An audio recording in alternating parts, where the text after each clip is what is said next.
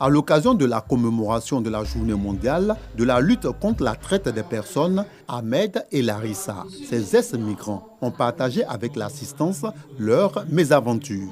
J'ai tenté l'aventure en 2019 pour aller au Koweït. Le monsieur a commencé à me frapper.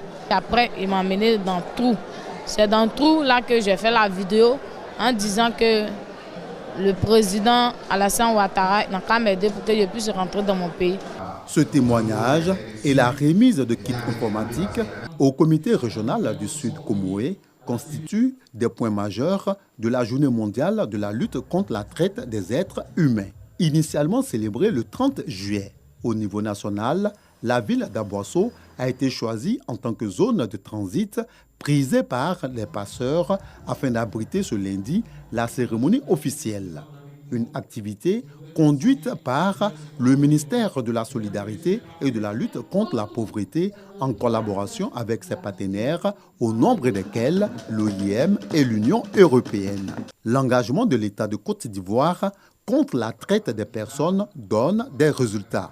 La ministre Miss Belmondo Dogo revient sur les décisions et leurs acquis. Au niveau judiciaire, sur 419 plaintes enregistrées, 115 individus sont poursuivis, 88 d'entre eux ont été condamnés pour traite et 3 pour trafic illicite de migrants. Dans le cadre de la protection des victimes de traite, nous avons pu effectuer la prise en charge holistique de 166 victimes.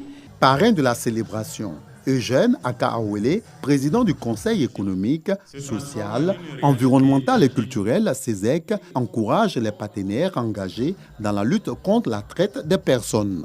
La question de la traite des personnes nous invite tous à une réelle prise de conscience. Ce sont nos enfants, nos jeunes gens, nos filles, nos femmes, pas toujours au fait des réalités de ce trafic qui en subissent les désastreuses conséquences.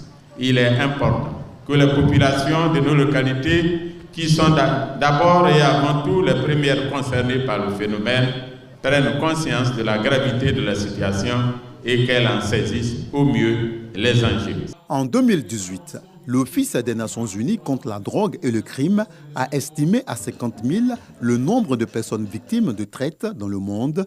72% sont des femmes.